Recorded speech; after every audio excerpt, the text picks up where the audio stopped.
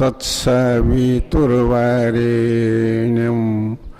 भर्गो देवस्य धीमहि धियो यो नः प्रचोदयात्।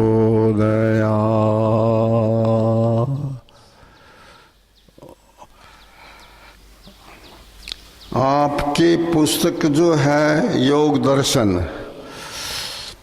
इसका आप 27वां सूत्र निकाल लीजिए।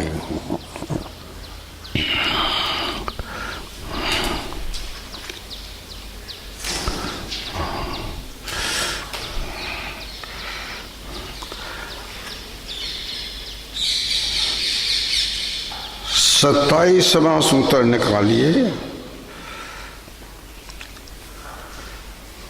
ईश्वर का प्रकरण चल रहा है और सूत्र है तस्य वाचकः प्रणवः, ये सूत्र है। तस्य वाचकः प्रणवः,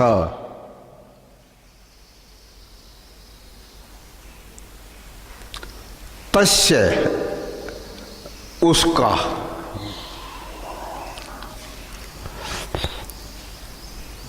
किसका? ऊपर जो ईश्वर का वर्णन किया गया था उसका। तस्य वाचकः, वाचक उसका नाम, उसके ईश्वर की संज्ञा। प्रणव है, प्रणव जो है वो ओम। तो उसका वाचक जो है प्रणव है, ओम है। तस्य वाचक है प्रणव, उस ईश्वर का वाचक नाम प्रणव है, ऐसे याद रखना। नीचे के भाग में हम पढ़ेंगे थोड़ा सा, मैं वो उपनेत्र को बीच में कहना लेना पड़ा, भूल गया था। ओम तस्य वाचक है प्रणव है, ईश्वर का वाचक प्रणव ओम है। देखिए, एक होता है पदार्थ, वस्तु, चीज,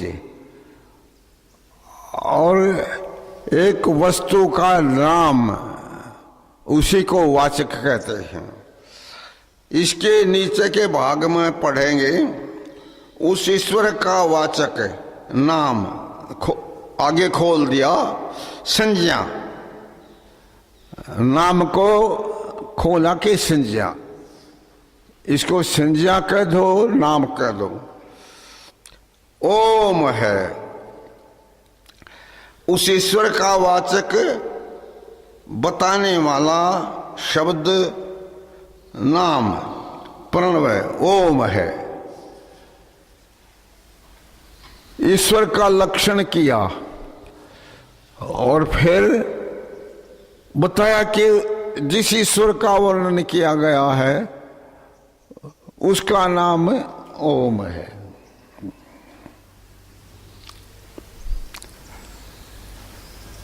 इससे अगले सूत्र को देखेंगे आप। तज्जप है तदर्थ भामनम, तत्जप है उस प्रणव का, ओम का जप करना चाहिए, अर्थात बार बार उस प्रणव ओम का पाठ, मनन, कथन करना चाहिए। तज्जप तदर्थ भावनम, प्रणव का जप करना और उसके अर्थ का मनन करना।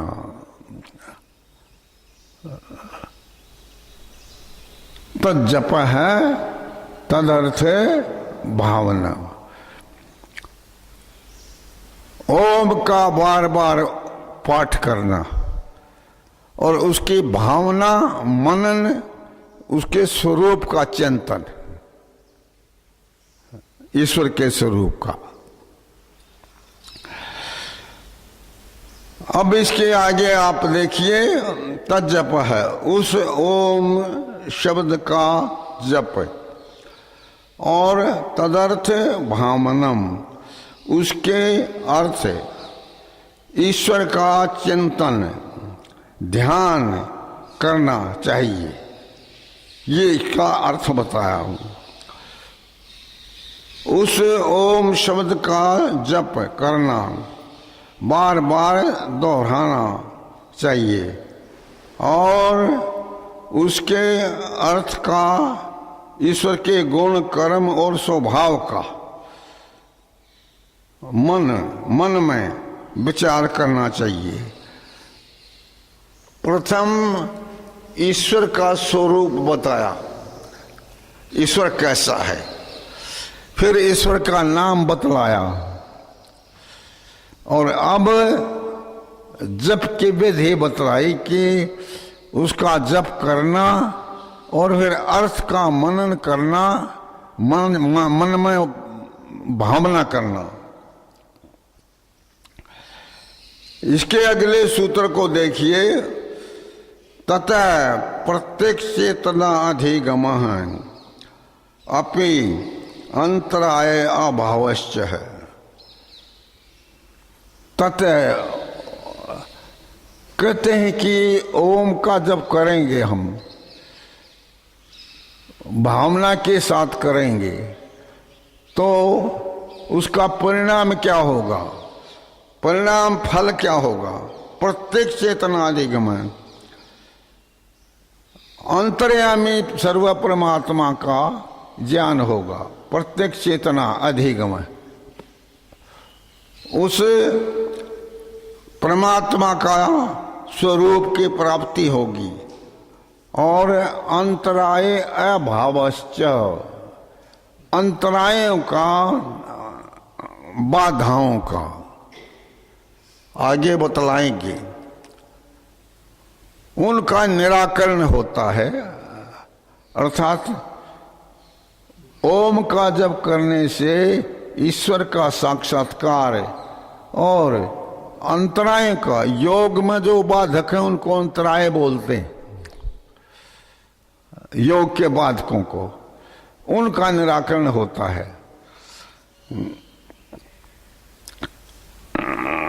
ईश्वर प्रणिधान सहित, ईश्वर प्रणिधान को साथ साथ लेकर के ओम के जप और अर्थ चिंतन से प्रत्येक चेतना अधिगम, प्रत्येक चेतना को खोला है कि अंतरात्मा का साक्षात्कार होता है। अपि भी अंतराय भावश्च, योग के विघ्नों का अभाव होता है, योग के बाधक दूर हो जाते। चय, और उस ओम शब्द का जप करने तथा उसके अर्थ ईश्वर के गुण, कर्म, स्वभाव का विचार करने से ईश्वर का साक्षात्कार होता है तथा योग के विघ्नों, बाधकों का विनाश हो जाता है। ईश्वर प्रणिधान से ईश्वर का साक्षात्कार होता है, और जो योग के बाधक हैं उनको योग के विघ्न भी कहते हैं, तो उनका दूरीकरण अर्थात वह दूर हो जाते हैं। अब इसके अगले सूत्र में देखेंगे आप, योग के जो बाधक हैं योग में रुकावट डालने वाले हैं, उनको यहाँ गिनाते हैं, बताते हैं। व्याधि, स्त्यान, संशय, प्रमाद, आलस्य, अवृत्ति, भ्रांति दर्शन, अलब्ध भूमिकत्व, अनुवस्थितवाणी, चित्त विक्षेपास्ते अंतराया। नीचे इसका एक एक पद अलग करके नीचे लिखा गया है। व्याधि, स्त्यान, संशय, प्रमाद, आलस्य, अविरति, भ्रांति दर्शन, अलब्ध भूमिकत्व, अनवस्थितवाणी, ये 9 चित्त विक्षेपा चित्त की एकाग्रता को भंग करने वाले हैं। ये 9 बाधक जो हैं चित्त की एकाग्रता अर्थात समाधि के विरोधी है, समाधि नहीं लगने देते, बनाते हैं। वे अंतराय योग के बाधक, उसी को खोला है कि शत्रु हैं वो। व्याधि, एक एक को खोलते हैं नीचे। धातुओं, वात पित्त आदि का की विषमता, वात पित्त कफ, इन धातुओं का विकृत हो जाना अर्थात बिगड़ जाना, तो उससे रोग उत्पन्न होता, उनका नाम है व्याधि। व्याधि, वात पित्त आदि के विषमता, इनकी विषमता जो है उससे रोग उत्पन्न होते हैं, वो व्याधि है। शरीर में जोर पीड़ा का होना, जोर आदि, जोर हो दूसरा कोई हो, इन 3 धातुओं के बिगड़ने से रोग पैदा होते हैं, वात पित्त कफ के बिगड़ने से। स्त्यान, स्त्यान को खोलते हैं संध्या, उपासना आदि शुभ कर्मों से जी चुराना। स्त्यान क्या है कि संध्या, उपासना, योगाभ्यास से जी चुराना। आप देखेंगे कि व्यक्ति, अच्छे स्वभाव का व्यक्ति संध्या में, उपासना में, सत्संग में रुचि रखता है, कठिनाई होने पर भी सत्संग में भाग लेता है, संध्या करता है। और जो अच्छा स्वभाव जिसका नहीं होता, वो अच्छे कामों से जी चुराता है, कभी मुझे करने न पड़ जाएं। सत्संग में भाग लो, सबके लिए विधान बनाया, किंतु अच्छा व्यक्ति जो है वो रुचि लेता है, और जो अच्छा नहीं होता वो रुचि नहीं लेता, अपने बचना चाहता है। इसलिए हमें एक एक को लेते जाएं कि हम कभी जी न चुराएं।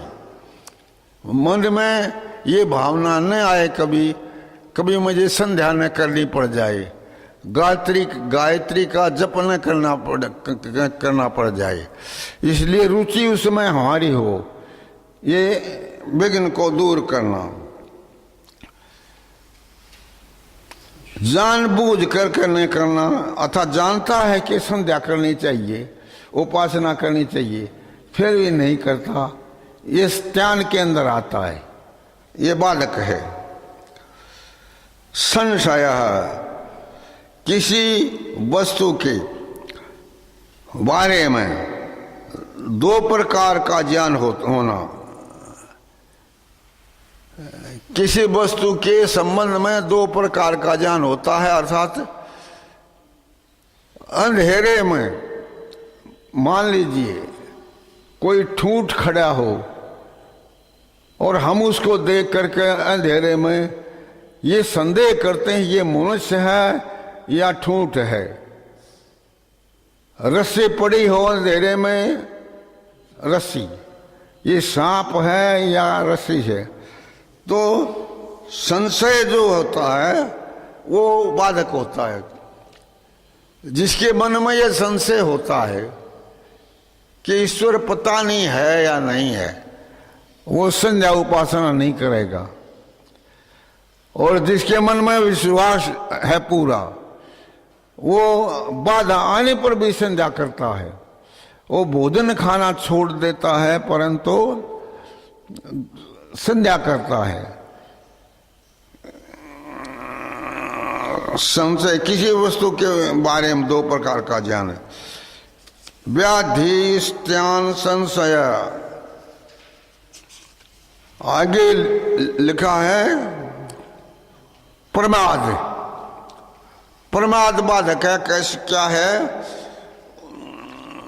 समाधि के साधनों यम नियम आदि को भूल जाना, लापरवाही भी बोलते हैं इसको, भूल जाना, प्रमाद, ये योग में बाधक है।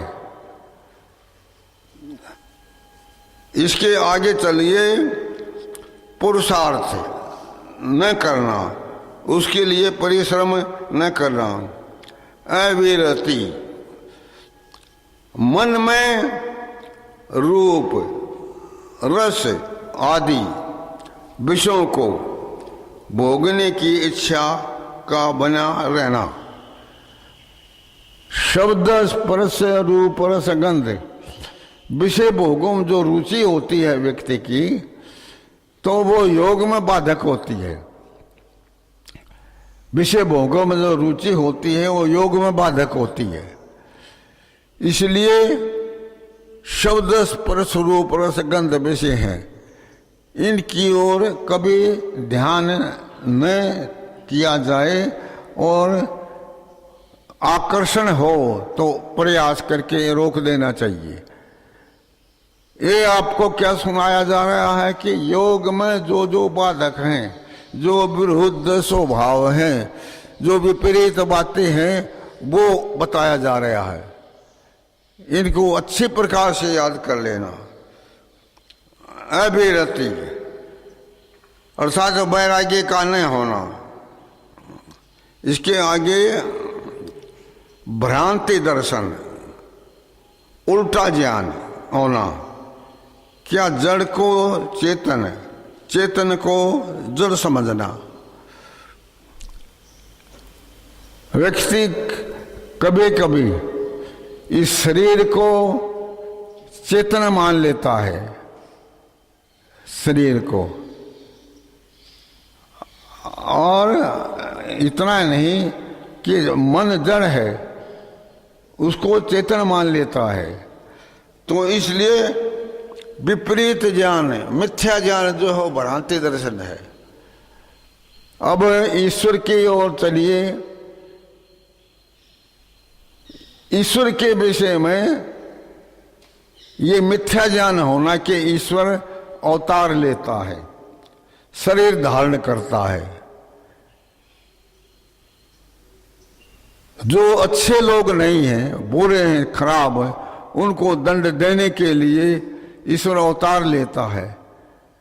तो विपरीत ज्ञान जब होगा तो ये भ्रांति दर्शन कहलाएगा, मिथ्या ज्ञान, उल्टा ज्ञान। अलब्ध भूमिकत्व है। अलब्ध भूमिकत्व का अर्थ है कि समाधि की प्राप्ति न होना। ये भी एक विघ्न है, बाधक है। व्यक्ति प्रयत्न करता है पर समाधि की प्राप्ति नहीं होती, बहुत प्रयास करने पर भी। ये एक बाधक है। इसके आगे है अनुवस्थित्व है, अर्थात समाधि की प्राप्ति तो हो गई, उपलब्ध तो हो गई समाधि, परंतु वो स्थिर नहीं होती, खंडित हो जाती है। फिर प्रयास करता है तो फिर टूट जाती है। ये क्या बताया मैंने अब तक? ये आए आपको कितने हैं? 9 विघ्न हैं। इसलिए इन 9 विघ्नों को याद रखना और अच्छे प्रकार से मनन करना, बार बार इन ग्रंथों को पढ़ना। योग से संबद्ध जो ग्रंथ हैं उनको बार बार पढ़ें आप, इन्हीं विषयों को बार बार पढ़ें आप, तो बार बार पढ़ेंगे इतने सरल होते चले जाएंगे। अब विराम की ओर समय है, और कभी एकाध कोई मिनट का इधर उधर अंतर हो जाए तो बड़ी सावधानी रखते हैं, कभी हो जाए तो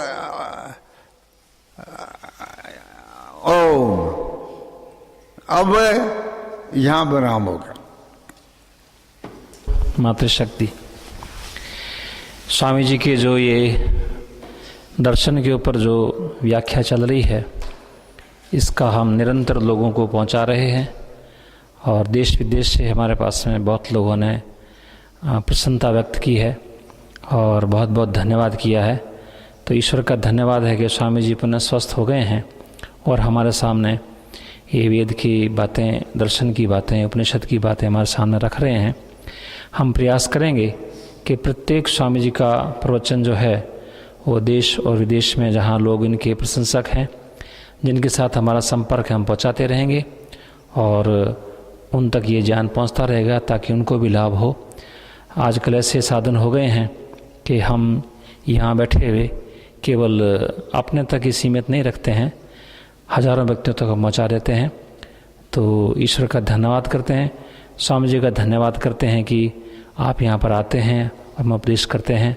आगे और भी जब स्वामी जी अधिक स्वस्थ हो जाएंगे तो सप्ताह में 2 दिन का प्रयास करेंगे, आगे चल कर के 3 दिन का करेंगे, और जब और स्वस्थ हो जाएंगे तो रोज़ाना प्रवचन करने यहाँ पर आएंगे। तो बहुत प्रसन्नता की बात है। आगे हमारा शिविर लगने वाला है, हमने ये व्यवस्था की है कि स्वामी जी जब भी अपनी अनुकूलता होगी प्रातःकाल अथवा सायंकाल उस शिविर में भी आएंगे और अपने योग के विषय में बहुत सी बातें बताएंगे। अब यहीं समाप्त करते हैं। शांति पाठ।